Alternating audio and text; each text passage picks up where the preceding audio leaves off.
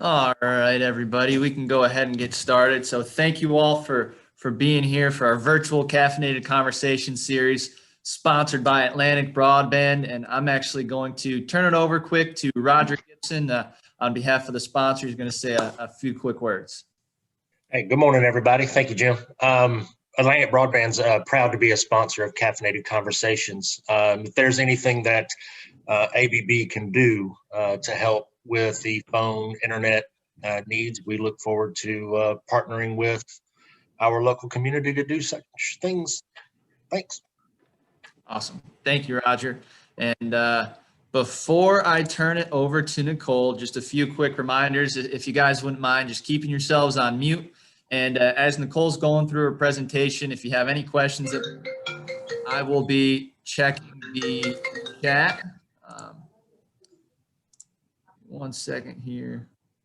So yes, if you have any questions, I'll be checking the chat. And then as Nicole finishes up her presentation, I'll go back in the chat and then we can roll through any of the questions that you guys might have. So without further ado here, I'm going to turn it over to Nicole Bentley. She's going to talk about Apprenticeship Carolina and how our businesses here in Aiken can benefit from that, as well as our local workforce. So I think you guys are going to find this really informative and a great topic. And without further ado, Nicole, I will turn it over to you and then let me know when you'd like to share my screen. I'll bring up the PowerPoint.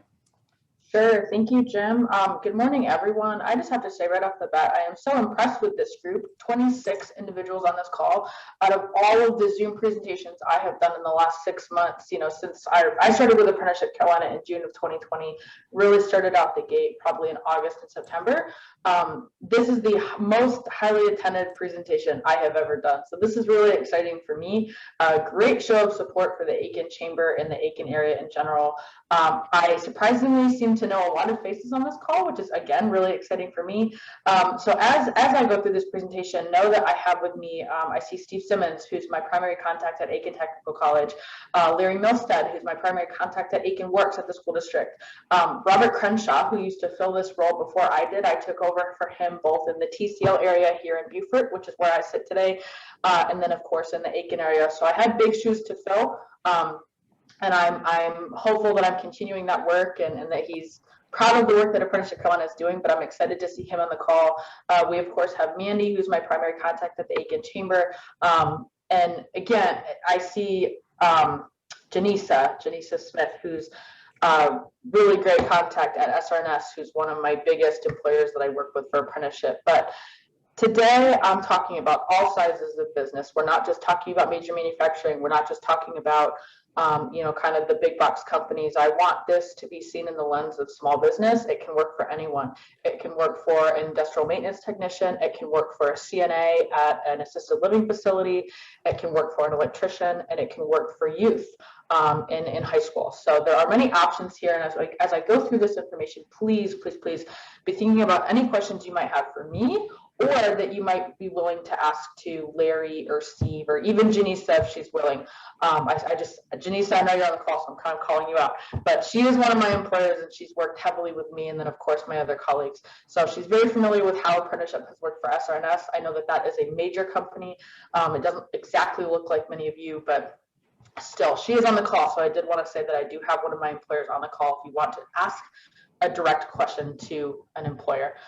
So anyways, without further ado, Jim, actually, do you mind turning the screen over to me, or the host capability, so I can share my? Of course. Give me 1 second. Okay, thank you. And by all the power vested in me, it's now yours. Okay. I find this is the easiest way to do it. We're going to go to here.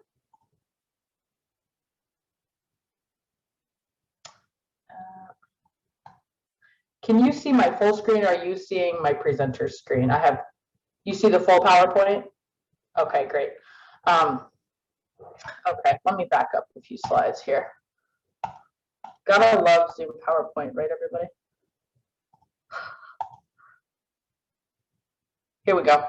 So, Apprenticeship Carolina, I'm sure many of you know who we are, but just to give you a little refresher, we are an organization that is a division of the South Carolina Technical College system. We broke out we used to be out of the Division of Economic Development, and we broke out to form our own organization and division in 2019 because apprenticeship is growing and it's growing fast. And when I started in June of 2020, we were a staff of 15. We are now almost a staff of 30. So we are growing quickly to answer the quick growth of apprenticeship in the state, and of course the demand.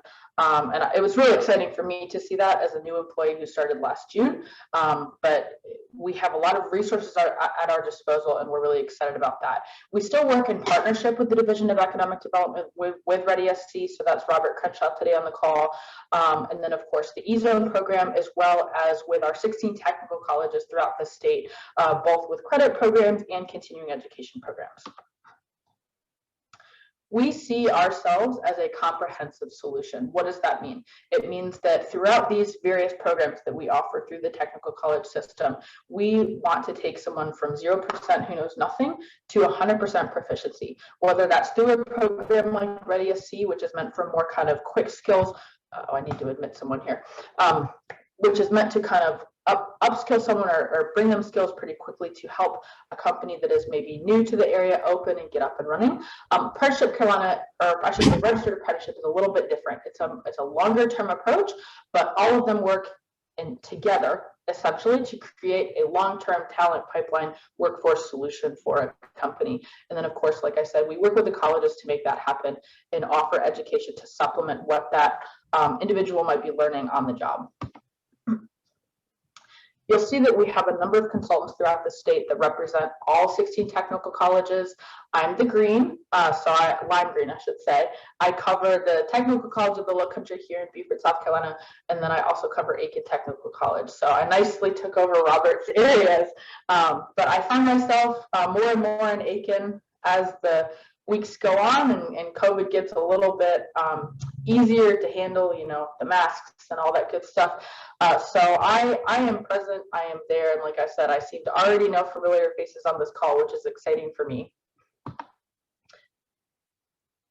And then of course, I'll get into this a little bit later in the call, but with our, we were awarded 2 sizable grants on July 1st, 2020. And because of those grants, we were able to bring on a significant number of new employees, including dedicated registered program specialists. So the registered program specialist for the Aiken area is Olivia Heath. And she's great because what she does is take over, once I'm done registering a program for a company, she takes over and handles all of the customer service. So helps the company get any kind of training they might need, get connected to mentor training, get set up in the Department of Labor's database that tracks apprentices.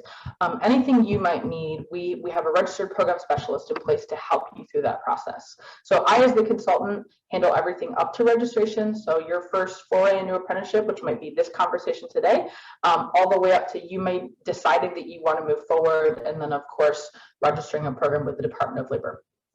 I will say right off the bat, everything I do, everything that Olivia does, we all do it for free. It is fully funded through the state. We exist as a resource.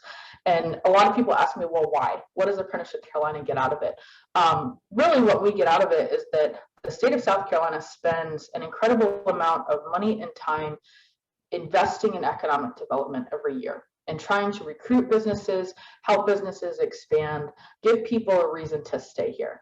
And if they come here, or if they're here and they try to expand, but they can't find the workforce to support their needs, we don't want to see them leave. We want them to be successful here. We want them to grow here. And that's, of course, where workforce solutions like apprenticeship comes in, because we want to help them do that. And so that is why my services as a consultant never cost anything to the company. Olivia's services as an RPS will never cost anything. It is all fully funded through the state, and we are here to help.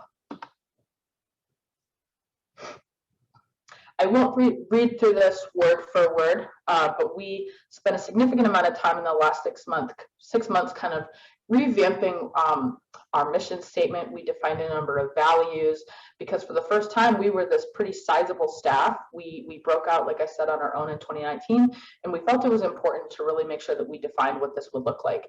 And the overall goal is that we are the lead. We were appointed by the governor to bring apprenticeship to companies as a solution for workforce development.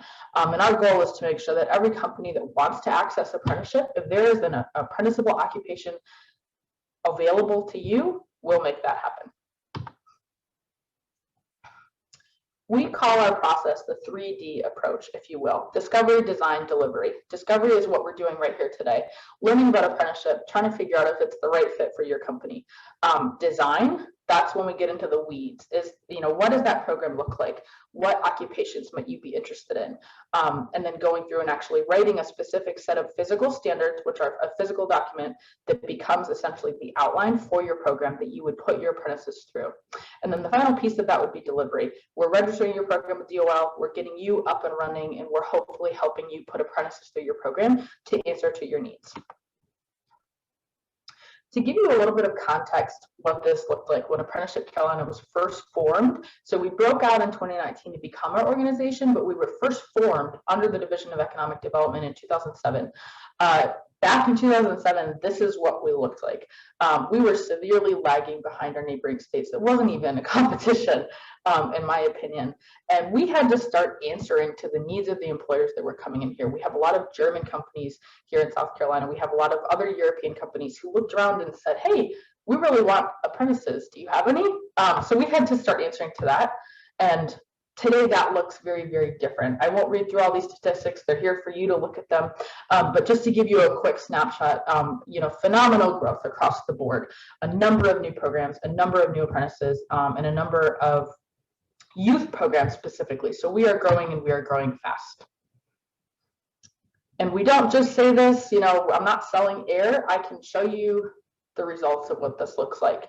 We actually did a study. This is an updated version of this study. We just received these results within the last few months with the University of South Carolina School of Business. We surveyed 250 companies, and you can see right there that for every dollar invested in an apprenticeship, South Carolina employers realized a net gain of 41 cents. That went up. It used to be $1.26, and now it's $1.41. So there is a positive ROI here associated with apprenticeship, and you realize that as the company as early as 5 years into using your program. It's proven on record, so a lot of companies deal with retention issues. So you hear kind of the most common issues might be a skilled trade, finding people that have a standardized skill set. Another issue that comes up commonly for me is retention. So apprentices are proven to stay on a payroll 3.2 years longer than a traditional employee. That also went up. That used to be 2.9 years longer, so that has increased as well. Only continuing to prove that apprenticeship is a tried and true model for growing your workforce and developing a talent pipeline. It's a net benefit for all industries involved, and you'll see that that ROI continues to increase as the years go on. So it gets better and better, which is what I like to see, of course, as the consultant to help companies realize how valuable this program is.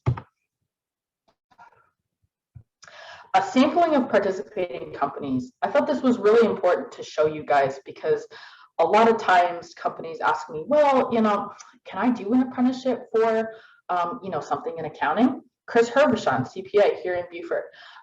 What about manufacturing? What does that look like? MTU, both youth apprentices and adult apprentices. Well, I'm a small business. How does this relate to me? Is this a solution for me? Absolutely. HVAC, electrician, like I said, assisted living, CNA, excuse me. So this apprenticeship looks different across industries, but there are over 1,000 apprenticeable occupations that I have access to be able to share and help companies figure out what might be the best solution. But you'll see on this Atlas Surveying, OCS Garage Doors and Hurricane Protection, Carolina Air, that's an HVAC company here in Beaufort, Carolina Conditions, same thing up in Columbia, Beach Island Timber, that is one of your local Aiken apprenticeship programs, as well as Mr. Central. Mr. Central just registered a plumbing occupation, and they're also going to be registering an HVAC technician occupation. MTU, of course, a lot of you know MTU. They were the first youth apprenticeship program in the state of South Carolina. I just attended their Parents Week for their next class of youth apprentices last week, so that was really exciting. But they have a number of options that provide apprenticeship accessibility, I should say, for both youth and adult. You'll see regional ambulance on here. That's an EMT apprenticeship. So many different choices. An apprenticeship fits all industries, not just manufacturing, not just big box. This is an option for everybody. So what is an apprenticeship? Again, a lot of you are probably familiar with this. This is not a new topic. Robert's been talking about it for years, but let's review it really quick, just for those who might need that refresher. Three major components. The first being supervised on-the-job learning. So that is traditional on-the-job training, which you might have heard of in other contexts, an internship or work-based learning. This is like that, but it's not. It's different. A minimum length for an apprenticeship is 2,000 hours, which equates to about 12 months. And then it can go up to 8,000 hours, which is about 4 years. So it's a little bit longer term approach that really gives the apprentice the chance to truly go through that training outline and learn those skills in kind of a very in-depth, high-quality program. There's a job-related education piece to this. That's the second component. What that means is it's just supplemental education to help the apprentice have just a little bit more understanding and knowledge of what they're learning on the job site. And that can look different for every occupation. It can be in-house education. Maybe it's training that you have with a vendor who comes in every 6 months or once a year to do training on specific machines that you work on. Maybe it's a couple courses at Aiken Tech. Maybe it's a full degree program or certificate program at Aiken Tech. Maybe it's coursework at the Aiken County Career Center. It looks very different by occupation, but that's the beauty of it, is that it's customizable to what you, the employer, think you want your apprentice to learn to supplement what they're learning on the job. So a lot of times that's a certificate. So if you're an HVAC technician or you're a CNA, you really need that certificate to be successful in the job field. And that's just kind of the credential is important to have. But again, that's the beauty of having that job-related education, is that it supplements what the apprentice is learning and just helps them be a little bit better prepared.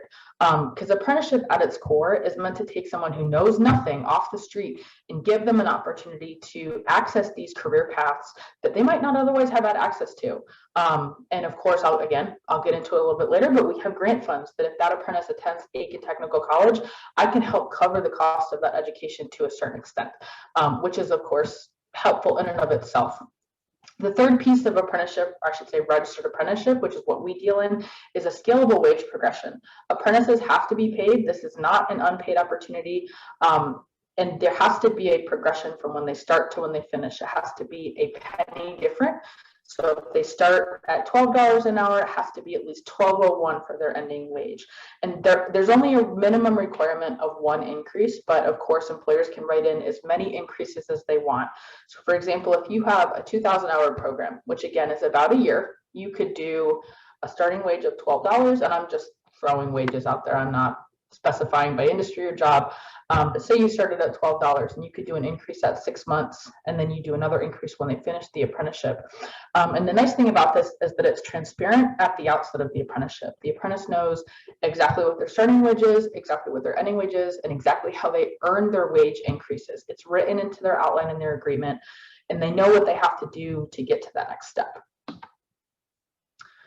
What is not a registered apprenticeship? I like to clear this up. I like to throw this slide in here because I get this sometimes. It's not short-term. This is long-term. It's not seasonal. Apprentices do have to be paid. And specifically, Apprenticeship Carolina only deals with registered apprenticeship programs that are registered through the Department of Labor on the national level. And then, of course, like I said, it's not temporary. This is supposed to be not permanent. You don't have to hire your apprentice once they're finished with their program, but you do have to make sure that you're planning to keep them on for the term of their apprenticeship, so that it's not kind of a temporary approach. So how would this benefit me as an employer? What is this going to do that's different from what I've been doing? Well, because I said that we engage in registered apprenticeship, what that means is that when we register a program with the Department of Labor, say, for example, that program is an HVAC technician. That HVAC technician is going through an outline that, for all intents and purposes is similar to this, the same skill set as someone going through that same program in Colorado or Michigan or California, whoever might be participating in registered apprenticeship with the Department of Labor. That outline is, it's the same, which is going to mean that you have a standardized set of skills that all your apprentices are going to learn and go through, so that when they're all graduating, they all know the same thing. So if you need to send someone to a job site, you don't have to send a specific person. You can send any of your employees because they all know the same skill set. That's the intention, is that you're not having to continually rely on maybe one person or two people, that you have all your employees have the same skill set, doing the same things the same way. And then of course, because it's going through that standardized skill set process, we know that it's high quality. We know that there's been a lot of thought put into this process and how this outline was created, and what we're offering. And it's just a little bit more of that, high quality approach that we can guarantee that this is a solid program that your apprentices are going to be going through. As I mentioned before, you're going to see reduced turnover and increased productivity. My viewpoint behind that is that when a company chooses to invest in an individual or an employee, they're most likely going to invest back in that company. And one of the key benefits as an employer, if you pay taxes in the state of South Carolina, you qualify for a state tax credit of up to $1,000 per apprentice per year for up to 4 years. So that means if you have two people going through a program that say is a 2-year program, you're going to get a $2,000 tax credit for both years that those individuals are in that program. So this is just another incentive that South Carolina tries to put forth to help employers, see a benefit from this and engaging in this type of workforce development training program. Not every state offers this. We are one of the only states in this region that offer it, at least that I'm aware of. So again, just trying to make our employers realize that we're trying to help them as much as possible. As I said before, there are over 1,000 apprenticeable occupations. You'll see here the majority of the industries that South Carolina has businesses in are covered. Tourism and hospitality, transportation and logistics, IT, healthcare, energy and utilities, construction technologies, advanced manufacturing. There is something for everyone, and this is not limited to major employers. It is for everyone, and it's probably almost ideal for a small business, for someone who maybe can't afford to spend the time training someone, paying them a full-time wage. With an apprenticeship, you're not required to pay a full-time wage. You have to pay at least federal minimum wage, but that person is not a full-time or fully qualified employee. You're still training them, right? So you get to pay them maybe a little bit lower. And then once they're considered a fully qualified employee, you move their wage up to that fully qualified employee wage, which would be at the end of the apprenticeship program. But still, you're getting the benefit of training someone. Maybe you take on one apprentice. Even that one person might be helpful for you. Say as a small business, say you're an electrician, and that apprentice, can go on a ride along with someone else in their truck. They're going to the job site every day. They're doing the work alongside that mentor. And so you're getting the benefit of having someone help you get that work done while also training them. And then hopefully, I think the ideal, again, you don't have to hire them, but the ideal scenario is that you do get to hire them and you are building your talent pipeline. So youth apprenticeship, how is youth apprenticeship a little bit, how does this relate to adult apprenticeship? They're very similar in many ways. There's just a few differences, but youth apprenticeship still offers the opportunity for an apprentice this is considered in high school youth. So minimum age is 16 years old and goes up to graduation. So sometimes that's 18, sometimes that's 17, just depends on when they were born, but it means up to graduation receiving that high school diploma. But it gives a youth apprentice the opportunity to work while they're learning, get that job experience, get that training experience, of course, do any kind of coursework that they're already doing through the CTE Center or maybe Aiken Technical College, and they earn a wage while doing all of that, which is a great opportunity. I am happy to count Aiken County among my youth apprenticeship counties. You'll see in the orange down the bottom, Beaufort, the TCL area is not there yet. We're getting there, but Aiken County is. Like I said, MTU was the first youth apprenticeship program in the state of South Carolina. There are a number of youth apprenticeship opportunities, but of course, we still want to grow that. We still want to make sure that we are offering this as a solution. So how is a youth program different? A youth program is typically 2,000 hours or a competency-based occupation. And what that means is 2,000 hours, like I said, is typically 12 months. For a youth apprentice, this is going to look different because that's stretched over, basically think of it as double the time, because that apprentice has to balance it with their full-time schedule at the high school, with their coursework, whatever they're doing at the high school. Or it can be written as competency-based, which means there's not an hour requirement, if you will. Say, for example, if the program is written to probably take 12 months, or I should say 2 years in this case, if an apprentice finishes it in a year and 9 months, they can finish their program, because it means they finished the competencies, not necessarily the hours allotted to how long that typically takes. But that's the ideal way to structure a youth apprenticeship program, so that we are keeping in mind that they still have to balance this with their traditional school schedule.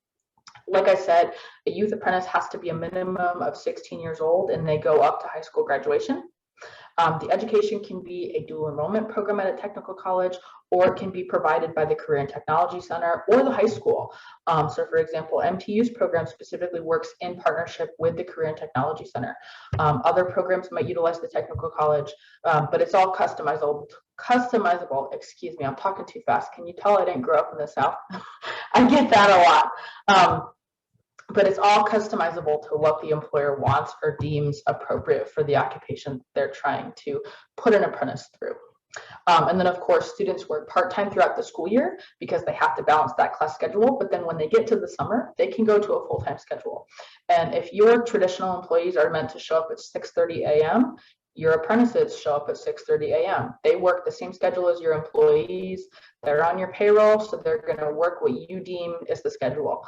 And this is meant to help, this is teaching them soft skills. This is teaching them job responsibility.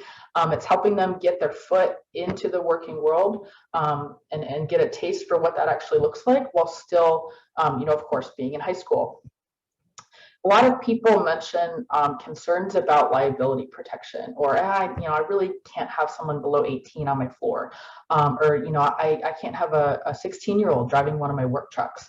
Well, there's ways to work around that. So like I was saying, if it's, for example, the work truck, have your youth apprentice, if you specifically want to work with youth apprenticeship, have your youth apprentice ride along with a mentor who can drive that truck. They're still going to the job site, and they have to be accompanied by a mentor anyways.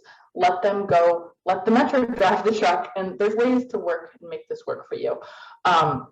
But if insurance is a concern, a lot of times the school system might already have something in place, but then of course, if they don't, there might be a policy through your local technical college. The South Carolina Technical College system has an umbrella policy. So again, there are ways to work around this. Please don't be afraid of it. This is a great option if you want to consider it.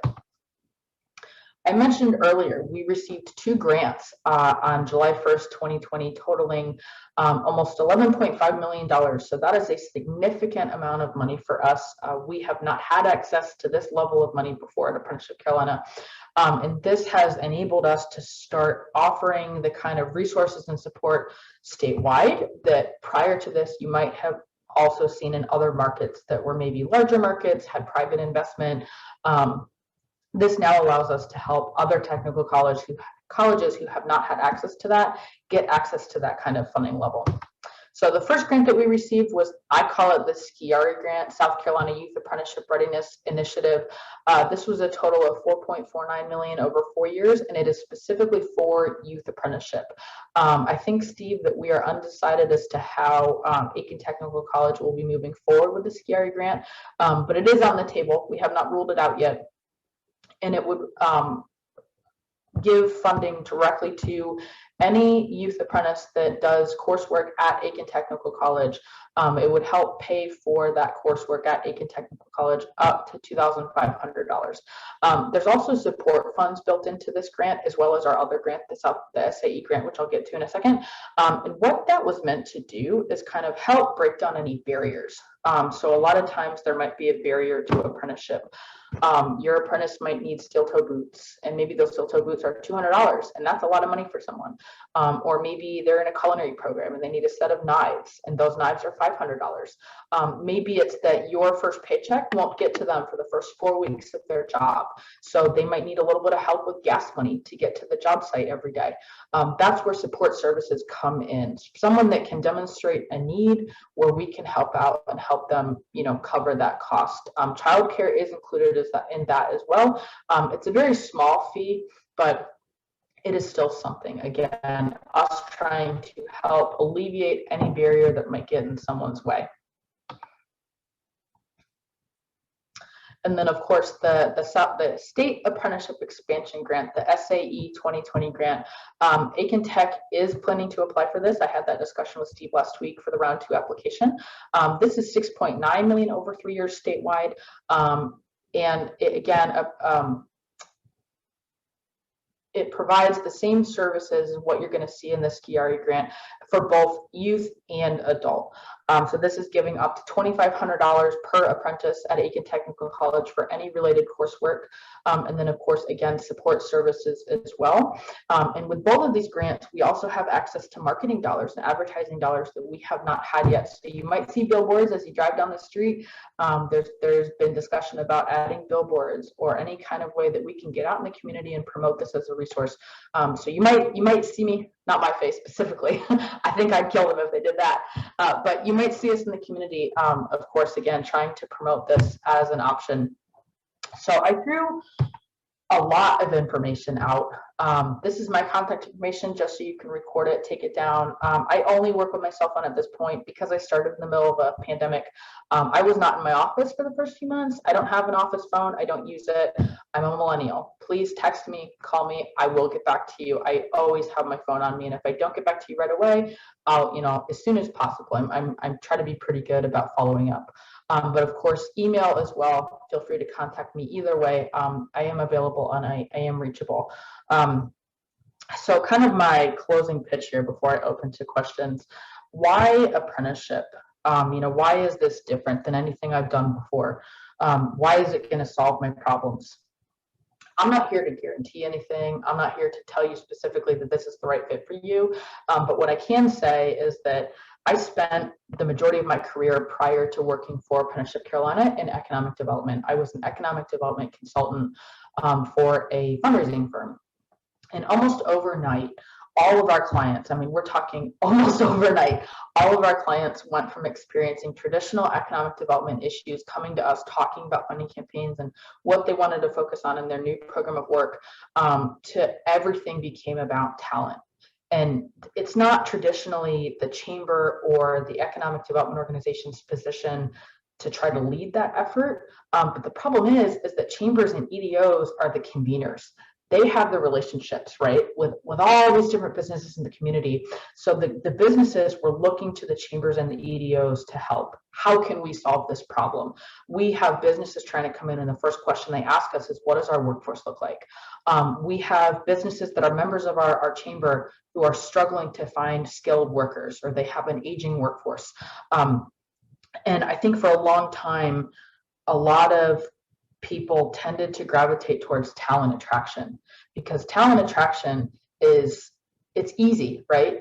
It's a website, it's a marketing campaign. It's attraction to try to find people out of state to move in. And it's quick. The results are easier than maybe the alternative, because a lot of people needed someone yesterday, and they needed someone 6 months ago, and they've been experiencing this for 5 years. And talent development is the harder part of this. But what I like to say is that talent attraction is a Band-Aid. It's going to work for your short term, but it doesn't solve the solution long term. Talent development does solve that solution long term, but it's hard work. People don't quite know how to go about that. And registered apprenticeship is meant to help make that easier. It's a long-term solution so that you're not continually going on Indeed.com once a year to try to find someone because the person you hired a year ago is already gone. This is meant to help you train people exactly how you need them to be trained, where you're not having to kind of deal with a hodgepodge of skills. And this is helping you to find people who are interested in being in this profession who might not otherwise have had access to it. Through our grant funding, it helps us cover the cost at the technical college, if that might be a concern for either the company or the individual. And it is meant to help companies find a solution to what they're going through. Talent development is hard work, but the payoff is large. As you saw, I mean, that reduced turnover metric for me was huge, 3.2 years longer. That's a significant proof point for apprenticeship that it works, that it's a great solution. So that's my pitch. I threw a lot of information out. Again, I hope you have questions. Please ask me questions. I am here to help, and I'm here to answer them, and see if, kind of apprenticeship might be a model that your company might want to move forward with. Awesome. Thank you so much, Nicole. And I think we might have some questions in the chat here. Sure. If I can open it up. Oh, I So see that. approximately how many students or employees do you have participating in apprenticeship programs in Aiken County in South Carolina? So I would have to look at Aiken County specifically. We actually have what we're calling, I should say, CSRA Task Force for Apprenticeship Growth. But this is in conjunction with Denmark Tech. So this is Aiken County, Allendale, Bamberg, Barnwell. Some of you might have heard that SRNS set a goal of hoping to grow apprenticeship in the region by October 2021, so that we eventually have 300 apprentices in programs. I think I'd have to check the specifics, and Eugene, I can certainly get back to you with that number, but I think we're a third of the way there. I think we have through the region, and Aiken County is the majority of that. There are some apprentices in Allendale, Bamberg, Barnwell, but Aiken County represents the majority there, so I would say it's at least 100. Again, I'd have to pull that specific number. South Carolina total, that's much larger, and again, I can get back to you with that specific number, but it's sizable, especially when you bring in Charleston and Columbia. But so again, this is a lot of companies are utilizing this. Does that answer your question? I know that I didn't give you specific numbers for the state, but I do know that Aiken County region has at least 100. And then Nicole, are there any requirements or skills needed, before someone can apply for an apprenticeship program? Sure. It depends. So I don't want to say it's a complicated answer, but it changes company by company. When you register a program with the Department of Labor, that becomes your program. You own its proprietary information, and it's a living document, so you change it as you need it. I say all that as a preface, if you will. You get to decide what you want your apprentice to have. Do you want someone who knows nothing? Do you want someone off the street who doesn't have any requirements? Or do you want some requirements to that? Obviously, we don't want it to be too large where it becomes inaccessible, because this is meant to help many people access it. So the answer is that there's not any specific requirement that we say for you to set, but you as the company get to decide that, within certain boundaries. So a lot of people tend to do, for an adult apprenticeship, a minimum age of 18 and a high school diploma or a GED equivalency. It just depends on what the program you're looking at has. Some might put requirements towards, you already have to have maybe a little bit of experience, but again, you don't have to set requirements because you essentially want to be able to open this up to as many people as possible. Awesome. And then Eugene has another question. In general, what tends to be the greatest barrier for a firm launching an apprentice program, and how do they generally work around that challenge? Sure. I think the biggest barrier that I see is companies are afraid to take on the paperwork. And that's kind of, I don't want to say it's a fallacy, but I handle your paperwork. And a lot of people don't know that. A lot of companies think there's a cost to this. There is no cost. There's no direct cost, I should say. There might be related costs. For example, if you don't already have someone on payroll, you would have to pay an apprentice, so that would be a payroll cost. You can put through current employees who you may want to upskill. Say someone, for example, you're at an assisted living facility and you have someone who's considered a sitter or a medical assistant, and you want them to become a CNA. You can upskill that person and put them through your program, and they're already on your payroll. So that's not an additional cost essentially to you, other than maybe that wage progression that you would put them through to get them to that CNA wage.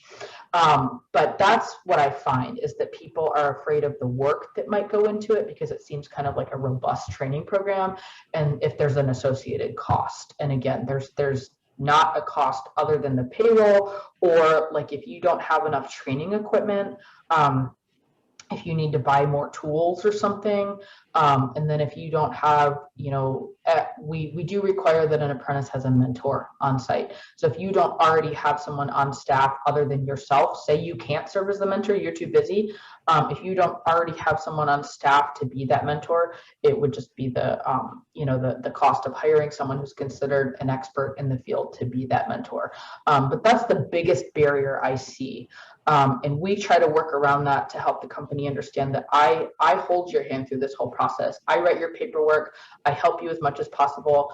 And if I don't know the answer to something, I ask someone else and I figure out what that answer is. So that's kind of the biggest thing I see in the way I work around it is just the fear of the unknown. A lot of people don't understand apprenticeship or how it might work and what it's going to look like day to day. And it's doesn't have to be extra work. It doesn't have to be a burden, because a lot of times what I find is that companies are already doing this. They're already saying, oh yeah, I kind of train people for 6 months. I don't really let them out into the field by themselves without shadowing someone for 6 months to a year, well, yeah, we kind of already are doing that, and we want to formalize it. So a lot of times companies have these processes in place, and putting it through an official outline just helps them have a more robust outline to work off of. The apprentice would get that credential from the Department of Labor.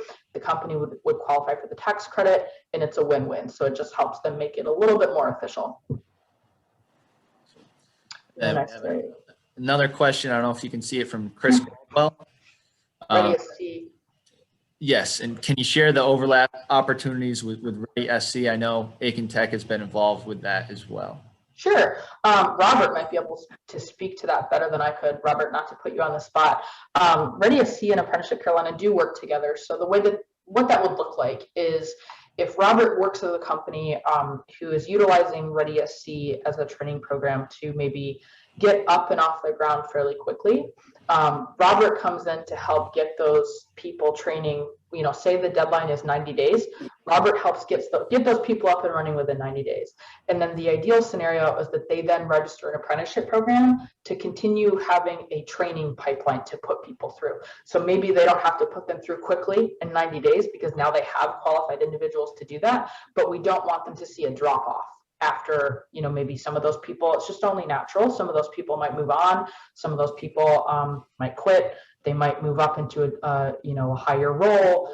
So it just helps kind of solidify that talent pipeline so that the company is not continually having to source talent. Did I capture it, Robert? Please add anything that you want to add. No, you captured it all. And thanks, Nicole. And thanks, Jim.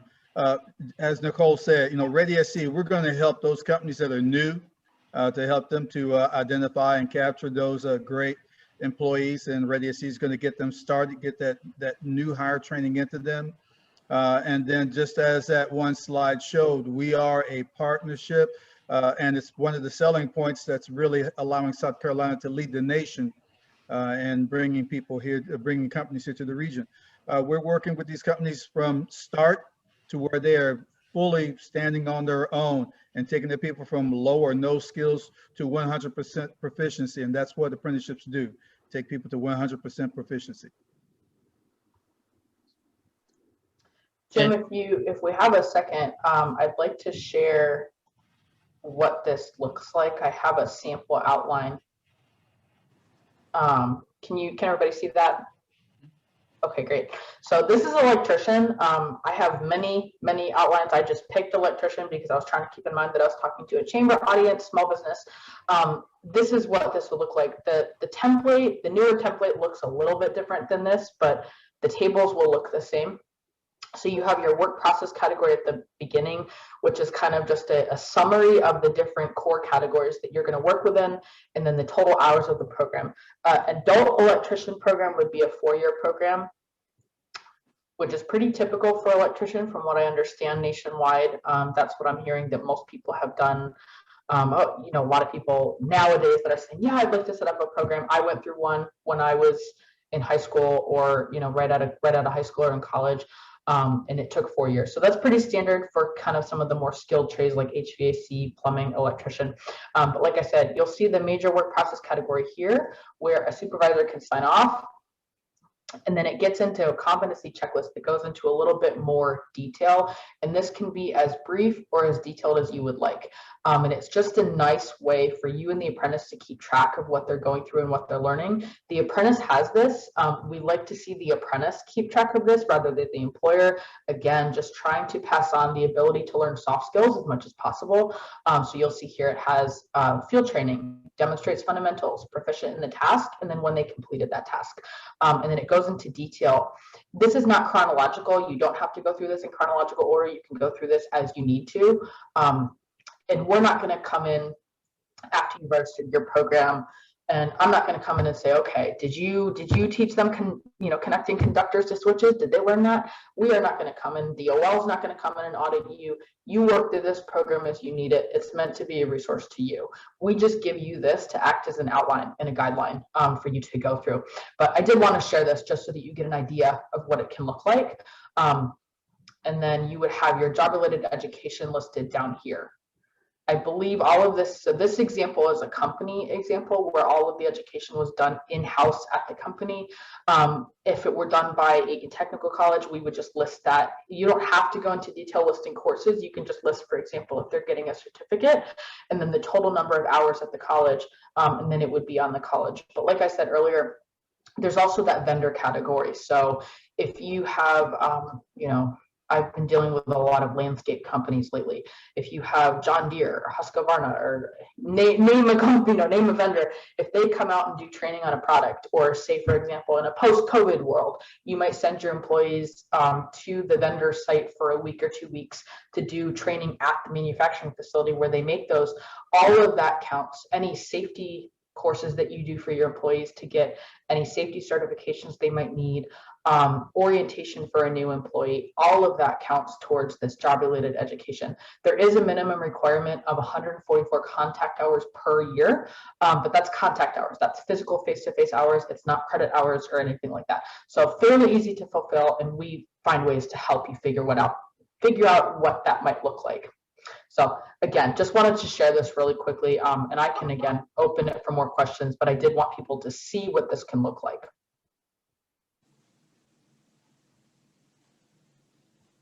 Okay. Any other questions?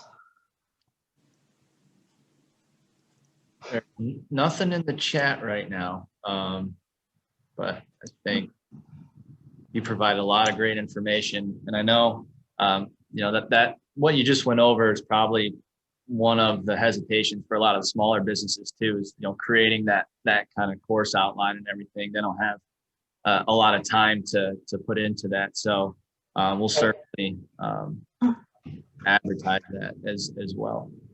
Right. Yeah. And again, that's where I come in. I try to help you as much as possible. The only scenario where you would be writing more than I would be is if I don't have an outline already and it's something very specific to what your company's doing. Maybe that job is not a popular job. Unfortunately, SRNS has had to engage in quite a few of those because they have very unique occupations at their job site. But if it's something more standard like plumbing, electrical, HVAC, think any kind of your big occupations, I probably have an outline for it. That at that point, you as the company would just look through. You can make any edits. If you want to delete something that you don't think is relevant, you delete that. If you want to add something in, you add it in. For example, I was talking to a gentleman last week who said, yeah, we really don't do anything with commercial HVAC, so we can take that out. This is all going to be residential. So anything that might not apply to what you want your apprentice to learn or what you do at your job specifically. It's all customizable and it can be changed or added. So that's really the bulk of the work on the employer's part, is just reviewing that on the job training outline. And then of course, deciding what you want your job related education to be.